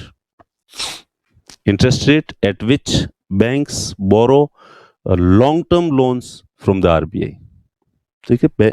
Interest rate at which bank borrow long term loans, long term borrowings from the RBI, ठीक है, या लॉन्ग टर्म के लोन जो लेती है बैंक RBI से, उसकी जो ब्याज दर होती है उसे बैंक रेट कहते हैं। उसके बाद अगर शॉर्ट टर्म के लिए लेना है, 10 दिन के लिए, 15 दिन के लिए, 20 दिन के लिए, 28 दिन के लिए बैंक को पैसे लेने हैं, तो उसकी जो ब्याज दर है वो रेपो रेट कहलाती है। बीच में मैंने थोड़ी देर के लिए ये दोनों छोड़ दिए, ठीक है। 2 साल के लिए लेने हैं, 3 साल के लिए लेने हैं, तो जो ब्याज दर लगेगी उस ब्याज दर को कहते हैं बैंक रेट, ठीक है। 10 दिन, 20 दिन, 28 दिन, मैक्सिमम ड्यूरेशन 28 दिन होता है। 28 दिन तक के लिए रुपए लेने हैं, जो ब्याज दर लगेगी वो रेपो रेट लगेगी, उसे उस ब्याज दर को रेपो दर कहते हैं। बैंक को RBI से 1 दिन के लिए लेने, शाम को लेने और सुबह वापस देने। शाम 5-6 बजे लेगी, ब्रांच बंद होते समय, बंद होते हैं लास्ट टाइम में लेके, और सुबह बैंक खुलते ही वापस दे देगी। आप लगेगा अरे यार फिर क्यों लेगी, रात में तो कोई रुपए और यूज कुछ नहीं आएगा, फिर भी लेते हैं, क्या करें इनका, ठीक है। ये ओवरनाइट बोरोइंग्स कहते हैं इसको, 1 दिन के लिए ऋण ले, तो उसकी जो ब्याज दर होती है उसे MSF कहते हैं। तो मेरे ख्याल से ये 3 चीजें क्लियर हो जानी चाहिए, बैंक रेट, रेपो रेट और MSF। लॉन्ग टर्म के लिए ऋण लिया जाता है तो ब्याज दर को क्या कहते हैं, बैंक रेट। शॉर्ट टर्म के लिए लिया जाता है तो रेपो रेट, 1 दिन के लिए लिया जाता है तो MSF रेट। 3 क्लियर हो गए। अब 3 क्लियर हो गए तो बाकी तो सब बस, बाकी वाले तो अपने आप ही वैसे ही हो जाएंगे, कंफ्यूजन नहीं रहना चाहिए किसी। लॉन्ग टर्म, शॉर्ट टर्म, 1 दिन, लॉन्ग टर्म, शॉर्ट टर्म, 1 दिन, बोलो देखें एक बार, और मन ही मन समझ लो। अब उसके बाद जो है उल्टी गंगा बहे, बैंक RBI कहेगा, बैंक RBI बोल तुझे कितने रुपए चाहिए, ये ले रख 20 दिन तक। बैंक अगर RBI को उधार दे दे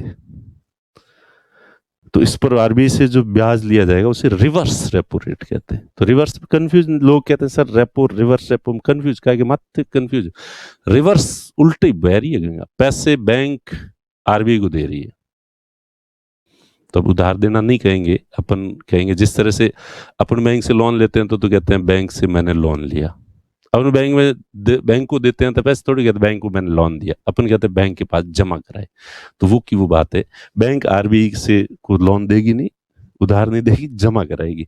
बैंक को लगता है कि उसके पास कुछ पैसे हैं जो अगले 10-15 दिन तक कहीं काम नहीं आएंगे, तो फालतू क्या मतलब है, थोड़ा ब्याज ही कमा लेते हैं, अपन क्यों जमा कराते हैं कि अपने पास पैसे पड़े हैं कि यार ये अभी कहीं काम आ नहीं रहे हैं, तो अच्छा है कि भाई बैंक में जमा करा दें, जो छोटा मोटा ब्याज ही मिल जाएगा। तो वैसे के वैसे बैंक भी वही करते हैं, उनके पास थोड़े से पैसे बचे हुए होते हैं तो वो आरबीआई के पास जमा करा देते हैं, तो उस पर जो ब्याज दर होती है उसको रिवर्स रेपो रेट कहते हैं। तो ये चार चीजें क्लियर हो गई, ठीक है। अब दूसरी बात, तो ये तो हो गया एक, ये चार चीजें क्लियर हो गई आपके बिल्कुल ही, ये तो बिल्कुल बाद में ही समझ आएगी आपको, आप बहुत ही बाद में समझूंगा, ये भी बाद में। तो ये चार चीजें मेरे ख्याल से एकदम क्लियर हो गई होगी। तो अब जो है वो दूसरा विकल्प देते हैं, मेरे ख्याल से इसको ढंग से 5-4 बार मनन कर लेना। अब क्या होता है, ये है बैंक।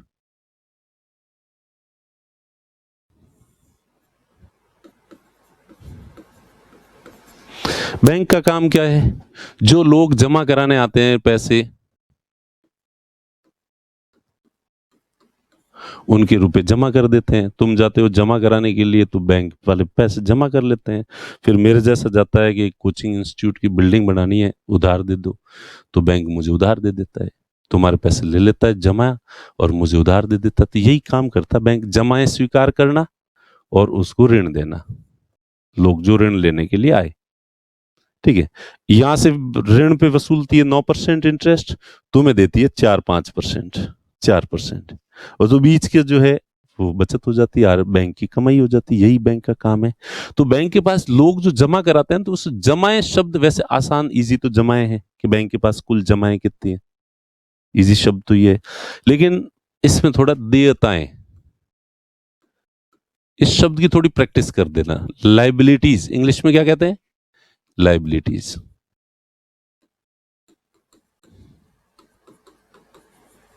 बैंक के पास जो लोग रुपए जमा कराते हैं उसे लाइबिलिटीज कहते हैं, और बैंक आगे जो ऋण देती है इसे असेट्स कहते हैं। क्या कहते हैं, असेट्स, परिसंपत्तियां।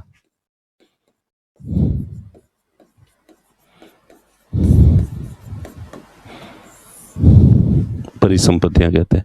तो बैंक का काम है first generate the liabilities and then convert them into the assets. First generate the liabilities and then convert them into the assets. ठीक है, पहले देयताएं सृजित करना और फिर उन देयताओं को परिसंपत्तियों में रूपांतरित करना। ये काम तो सिंपल है, बैंक में जाते हो जमा कराते हो, बैंक उधार देता है। तो अब यहाँ पे ये शब्द देयता देयता देयता देयता, मैं आगे बोलूंगा देयता लाइबिलिटी टर्म यूज करूंगा, तो आप कंफ्यूज नहीं होने चाहिए कि ये देयताएं क्या होती है। देयताएं यानी ये वापस देने हैं, माथे है, बैंक के माथे है। आपने जो जमा कराए हैं वो रुपए बैंक के माथे चढ़े हुए हैं और ये आपको कभी न कभी वापस देने हैं, ठीक है। तो देयता और परिसंपत्तियां, ये दो टर्म जो है, liabilities and assets, liabilities and assets. Diagram को देख लो और 5 बार मन में रिवाइज कर लो इसको, ठीक है। अब CRR, cash reserve ratio, cash reserve ratio, cash reserve ratio, CRR, cash reserve ratio. सीधा सीधा मतलब पड़ा है, कैश रिजर्व, रिजर्व में कुछ कैश होना चाहिए। आपने जाके बैंक के पास जो है जमा कराए 100 रुपए, ठीक है। आपने जो है कितने रुपए जमा कराए बैंक के पास, 100 रुपए,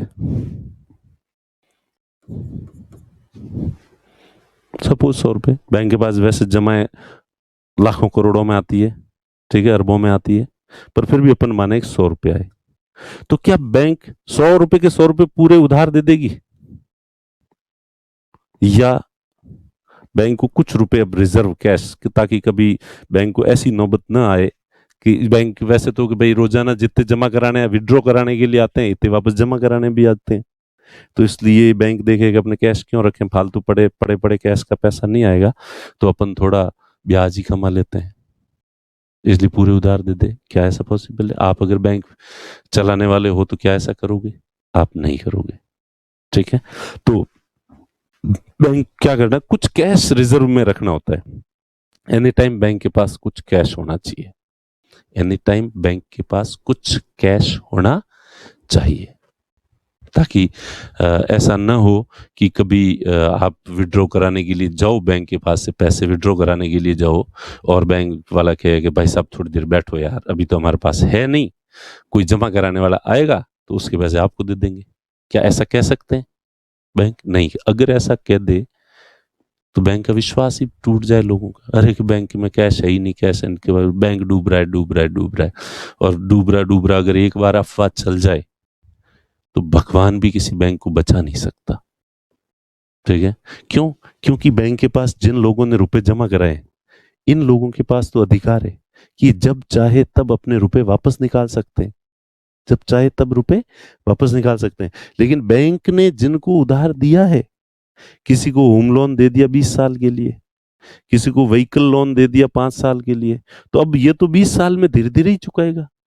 और कभी बैंक की अफवाह उड़ जाए, सारे लोग दौड़ के आ जाए साहब हमारे तो पैसे दो दो दो, तो बैंक कहां से देगा? बैंक ने ज्यादातर रुपए तो आगे लोन दे रखा है, तो नहीं दे सकता। नहीं दे सकता तो बैंक को हाथ खड़े करने पड़ेंगे साहब, नहीं, और बैंक दिवालिया हो जाएगा। ठीक है? ऐसी स्थिति नहीं आनी चाहिए कि बैंक के पास कभी कैश खत्म हो। जितने लोग मांगने के लिए आए उसको हाँ भाई साहब ये ले जाओ, ये ले जाओ, ये ले जाओ, हमेशा ऐसे कॉन्फिडेंस दिखाना पड़ता है बैंक को। और पर पूरा कॉन्फिडेंस भी तो काम का नहीं है, होने भी तो चाहिए, जेब में गर्मी भी तो होनी चाहिए, कैश भी तो पड़ा होना चाहिए। तो इसलिए आरबीआई ने एक नियम बना रखा है कि बैंक के पास जितने भी रुपए आएंगे उसमें से कुछ कैश रिजर्व में रखना पड़ेगा बैंक को। कुछ कैश क्या करना पड़ेगा? रिजर्व में रखना पड़ेगा बैंक के पास। और आरबीआई ने कहा ये हमारे पास रिजर्व जमा करा दो, आप, आपको जब भी जरूरत पड़े ले जा सकते हो, आप बीच में कभी भी ले जाओ। ठीक है? जरूरत पड़े ले जाओ, वापस दे दो, जब नहीं है वापस हमारे पास रख लो और मुझे वापस ले जाओ। ठीक है? और ये हिसाब हर 15 दिन में एक बार, 15 तारीख को और 30 तारीख को जो है हिसाब होता है।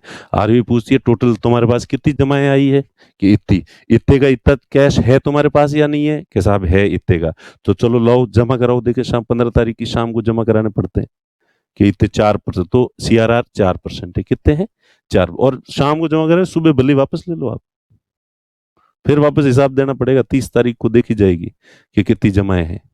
ठीक है? तो अब इससे कहते हैं कैश रिजर्व। तो कैश रिजर्व में होना चाहिए। तो ये कहां जमा होते हैं? आरबीआई के पास जमा होते हैं।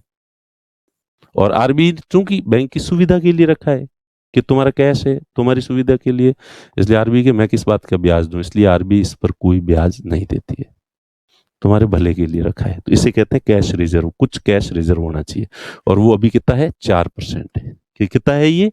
4%। तो इसलिए 100 रुपए में से 4 रुपए आरबीआई के पास जमा कराने पड़ेंगे, बाकी वाले उधार दे सकता है बैंक। एक तो ये हो गया। अब दूसरा है स्टैट्यूटरी लिक्विडिटी रेशियो।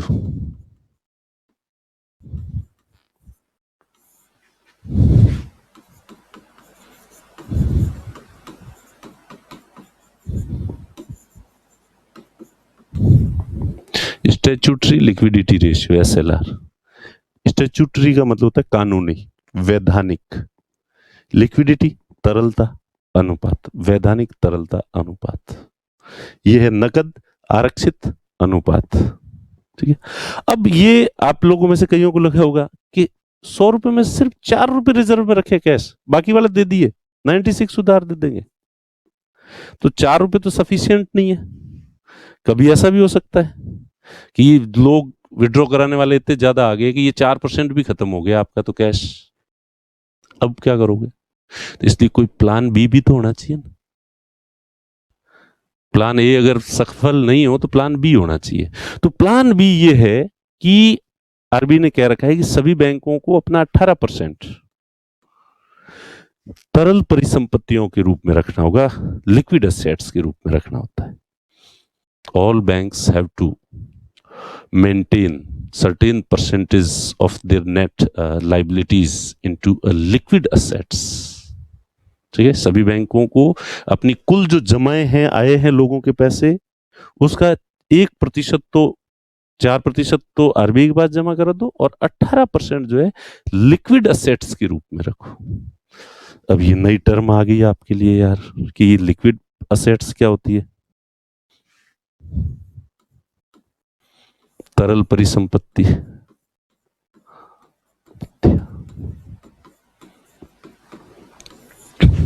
तरल परिसंपत्तियां क्या होती है?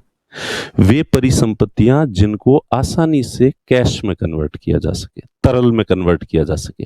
तरल का मतलब तो रुपया होता ही है, ठीक है। तो वे परिसंपत्तियां, अब रुपया तो क्या है कि 100% लिक्विड है, तरल है, उसको ही तरलता कहते हैं। लेकिन दूसरी ऐसी चीज जिसको जब चाहो आप कैश में कन्वर्ट कर सकते हो, तो बताओ देखें कौन सी चीज होती है वो, जो बहुत तरल होती है, जब बेचना चाहो तब बिक जाए और पैसे आ जाए। बता भाई।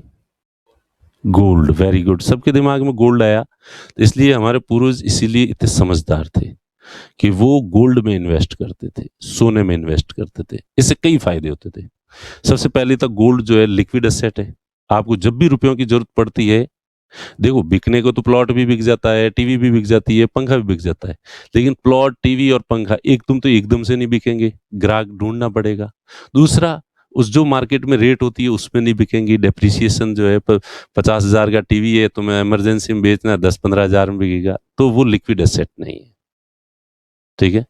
सोना जिस दिन बेचना है आपको उसी दिन बेच सकते हो, और जो मार्केट में रेट चल रही होती है उस पर कोई डेप्रिसिएशन नहीं होता। ऐसे नहीं कहता वो खरीदने वाला, भाई साहब यार ये सोना तो सेकेंड हैंड है, आपने 10 साल पहले खरीदा था, इसके गहने बढ़ा दिए, सेकेंड हैंड है इसलिए मैं अब, वैसे तो सोने के भाव तो 50,000 रुपये तोले के, पर चूंकि ये पुराना है इसलिए मैं 40,000 दूंगा, ऐसे नहीं कहेगा। सोना कभी सेकेंड हैंड नहीं होता, ठीक है। तो इसलिए उसमें डेप्रिसिएशन नहीं होता, मूल्य में कमी नहीं होती, और जो भी बाजार में मूल्य होता है उस पर तुरंत बिक जाता है, ठीक है। उसे तरल परिसंपत्ति। और इसके उदाहरण, तो तरल परिसंपत्तियों का जो उदाहरण है एक तो सोना है, गोल्ड है, ठीक है। एक जो है वो शेयर है, शेयर किसी कंपनी का शेयर, रिलायंस का शेयर है आपके पास, जब बेचना है शेयर बाजार में जाओ और जो रेट है फट बिक जाएगा और आपके पैसे आ जाएंगे, आपको पैसे मिल जाएंगे। बॉन्ड है, अब शेयर क्या होते हैं, बॉन्ड क्या होते हैं, ये कैपिटल मार्केट में पड़ेंगे, अभी नहीं, ठीक है। तो बॉन्ड भी होते हैं, तो वो जब चाहो बेच दो, तो ये तरल परिसंपत्तियों के उदाहरण है, ठीक है। प्रतिभूति, सिक्योरिटी, इन दोनों को जो है सिक्योरिटी कहते हैं, प्रतिभूति कहते हैं। अपने को इस शब्दों का मतलब क्या होता है उससे कोई लेना देना नहीं है, आपको तो शब्द याद करना है, क्योंकि इनका जो मतलब है समय आने पे वो आपको बता दिया जाएगा, ठीक है।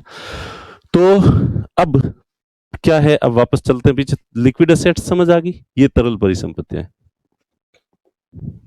तो अब ये भी परिसंपत्तियां हैं। अब बैंक ने होम लोन दे दिया, लेकिन ये तरल परिसंपत्ति नहीं है, इसे जब चाहे वापस नहीं ले सकता, लेकिन बैंक को अपना एक निश्चित प्रतिशत तरल परिसंपत्तियों के रूप में रखना चाहिए।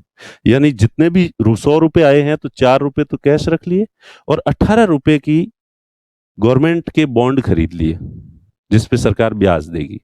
सरकार को उधार दे दिया, सरकार ने बदले में बॉन्ड दे दिए, ठीक है, जेम्स बॉन्ड, कि ये ले इतने सारे जेम्स बॉन्ड ले लो, बैंक ने ले लिए।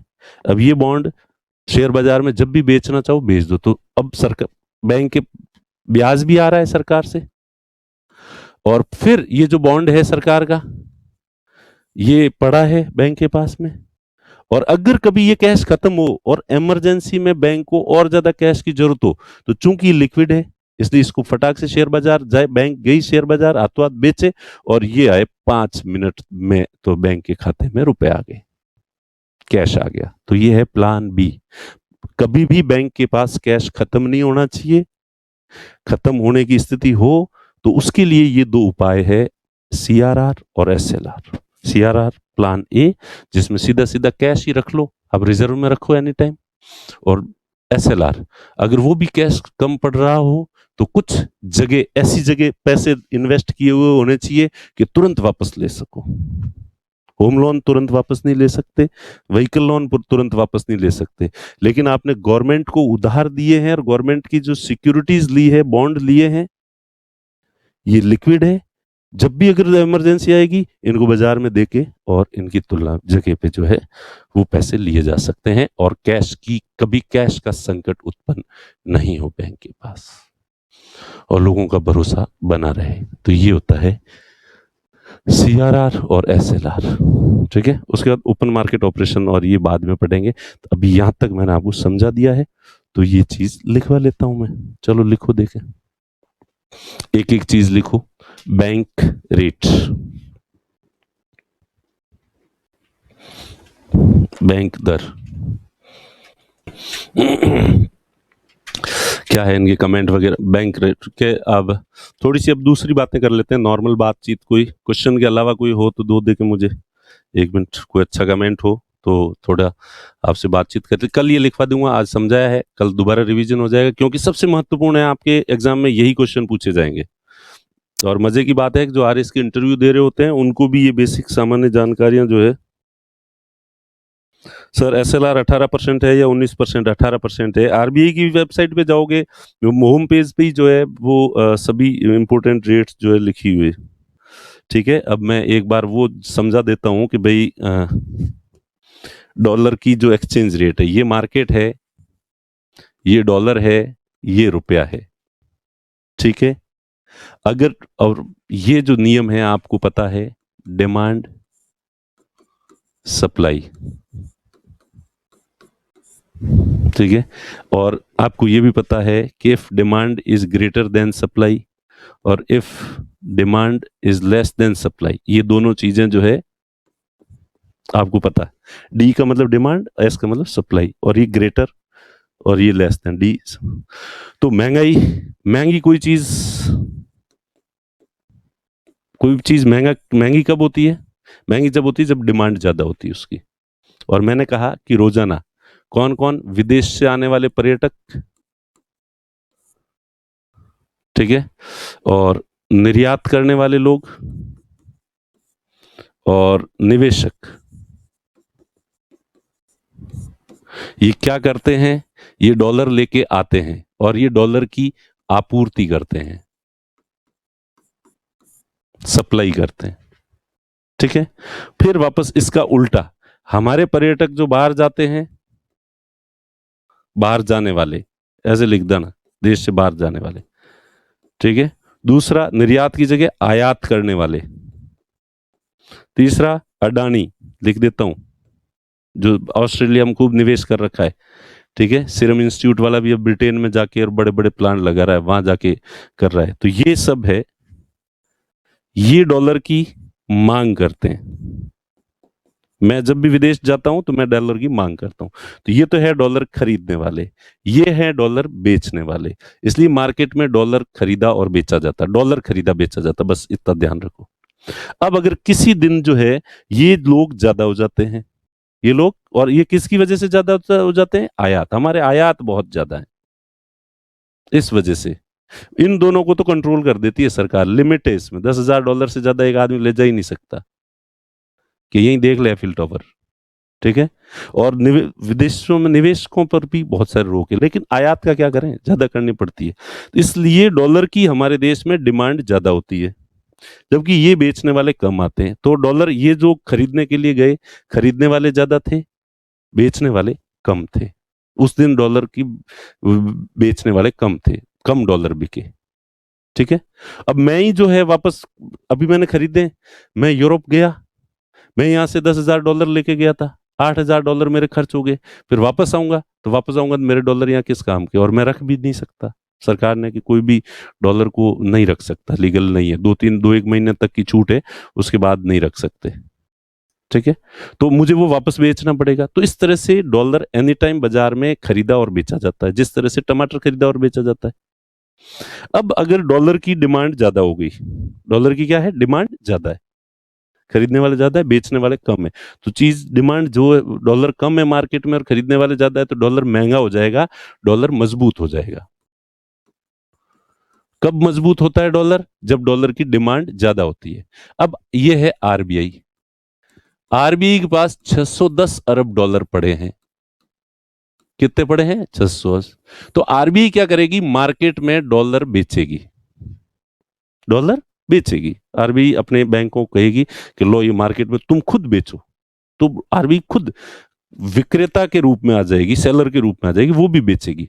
तो अब ये खरीदने वाले ज्यादा थे, डिमांड ज्यादा थी, सप्लाई कम थी, लेकिन इधर आरबीआई और इनके साथ खड़ा हो गया और इन्होंने सप्लाई बढ़ा दी, तो डॉलर मार्केट में ज्यादा हो गया।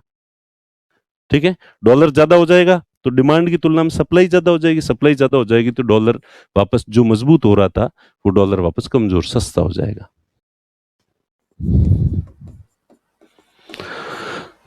ठीक है, तो अब सस्ता, कई बार आरबीआई ज्यादा सप्लाई कर दी, डॉलर ज्यादा सस्ता हो गया, रुपया ज्यादा मजबूत होने लग गया। ठीक है, डॉलर सस्ता हो रहा है मतलब रुपया मजबूत हो रहा है। तो ऐसी स्थिति में आरबीआई की नहीं, रुपया ज्यादा मजबूत भी नहीं होना चाहिए, तो फिर आरबीआई जो है इधर आ जाएगी और डॉलर खरीदेगी। आरबीआई क्या करेगी, डॉलर को खरीदने लग जाएगी। अब यहां से हट जाएगी आरबीआई। अगर सस्ता हो रहा है, आपूर्ति ज्यादा है, डिमांड कम है, तो डिमांड कम है तो डिमांड बढ़ाने के लिए आ जाएगी आरबीआई। जो चीज कम है उस तरफ आरबीआई आ जाती, खुद डॉलर को बेचती है। तो अब जब रुपया मजबूत हो रहा है, इसका मतलब डॉलर कमजोर हो रहा है।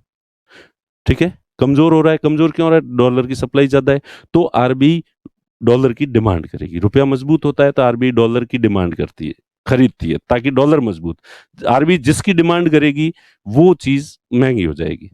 ठीक है, तो रुपया जब मजबूत हो रहा है इसका मतलब डॉलर कमजोर हो रहा है, कमजोर हो रहा है तो आरबीआई आएगी और डॉलर को खींच के रुपए के बराबर लाएगी। खींच के बराबर लाने के लिए इसकी डिमांड करनी पड़ेगी। फिर डॉलर मजबूत हो रहा है, रुपया कमजोर हो रहा है, तो आरबीआई क्या करेगी, रुपए को खींचेगी ऊपर कि अरे काम मर रहा है तो कमजोर क्यों हो रहा है, खींचेगी। खींचने के लिए क्या करना पड़ेगा, डॉलर की, रुपए की डिमांड करेगी, रुपया खरीदेगी। रुपया खरीदने के लिए बेचेगी क्या, डॉलर, तो डॉलर बेचेगी, रुपया खरीदेगी, तो रुपया मजबूत हो जाएगा, बराबर हो जाएगी। और अब भी नहीं आया है तो फिर वैसे तो टमाटर वाले से ही आ जाना चाहिए था तुम लोगों को।